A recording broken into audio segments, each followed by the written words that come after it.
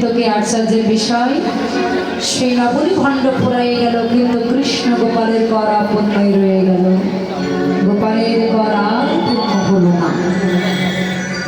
আর গোপালের কর যেই না পূর্ণ হলো না, মা আবার ঘরে গেলেন। ঘরে গিয়ে আবার এক ভণ্ড নবনী আনলেন। নবনী এনে মা যশোমতী সেই নবনী ভণ্ড গোপালের ঘরে ঢেলে দিলেন। সেই নবনী ভণ্ড ফুরাইয়ে গেল, কিন্তু কৃষ্ণ গোপালের কর পূর্ণ হলো না। এমন ভাবে এক ভণ্ড নয়, দুই গোপালের কিছু হয়েছে গো। আমার মন বলছে নিশ্চয়ই আমার গোপালের কিছু হয়েছে।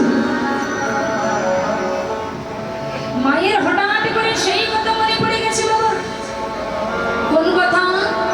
কৃষ্ণ গোপাল একদিন মৃত্তিকার পরে খেলা খেলছিলেন, আর খেলা খেলতে খেলতে এক খণ্ড মাটি গোপাল বদলে দিয়েছিলেন।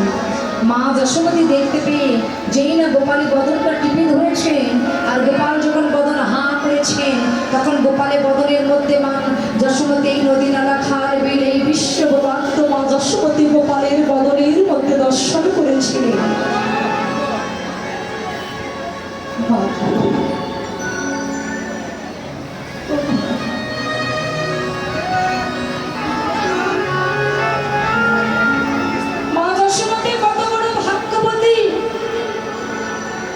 কত বড় ভাগ্যবতী যে কোটি কোটি জন্মের সাধনা করে যার চরণ পেলে না, আজকে সেই ভগবানকে তার করে সন্তান রূপে তিনি পেয়েছেন।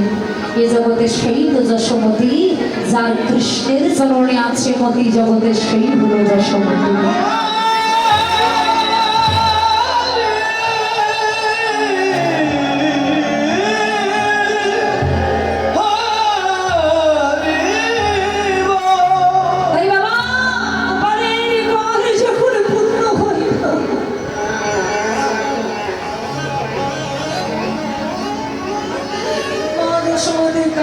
আর বলছে আমার গোপাল ছাড়া তো আমার আর কেউ নেই।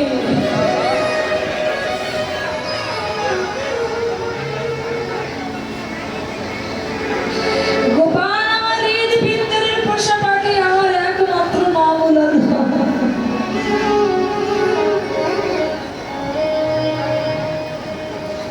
সেই গোপালের যদি কিছু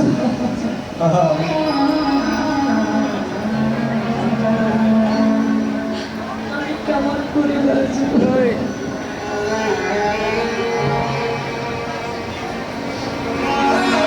এটাই বাস্তব প্রেম। কোন প্রেম দিয়ে এই পাঁচটা প্রেমের মধ্যে ভগবানকে বাঁধতে হয়। তাই মা যশোমতী বেঁধেছিলেন বাৎসল্য প্রেম দিয়ে। দেখুন প্রেমটা কেমন, একটু উপলব্ধি করুন। নয়নের জলে ফেলে বলছে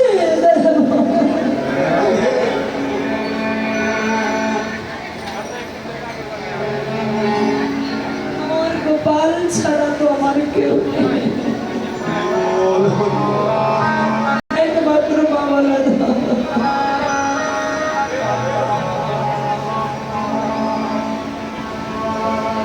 সেই গোপালের এমন কি হলো যে আমি কর পূরণ করতে পারছি না? কিন্তু মা তো জানে না যে গোপাল তাকে পরীক্ষা করছে। মা যশোমতী কাঁদছে, চিৎকার করে ডেকে বলছে ব্রজবাসী, ওরে ব্রজবাসী, আমি আমার গোপালের কর পূর্ণ করতে পারছি না। তোদের ঘরে যদি নবনী থাকে তোরা আমায় একটু নবনী দিয়ে। ব্রজবাসী যে নবনী ভণ্ড পূর্ণ করে রেখেছিল, যেই দেখে সব নবনী ভণ্ড খালি, কোনো নবনী ভণ্ডতে নবনী নাই। কিন্তু মা নারায়ণ পূজা করতে ভালোবাসতেন। আসিস না, এক একজন এক এক দেবতাকে ভালোবাসে। তাই গোপালের করে যখন পূর্ণ হচ্ছে না,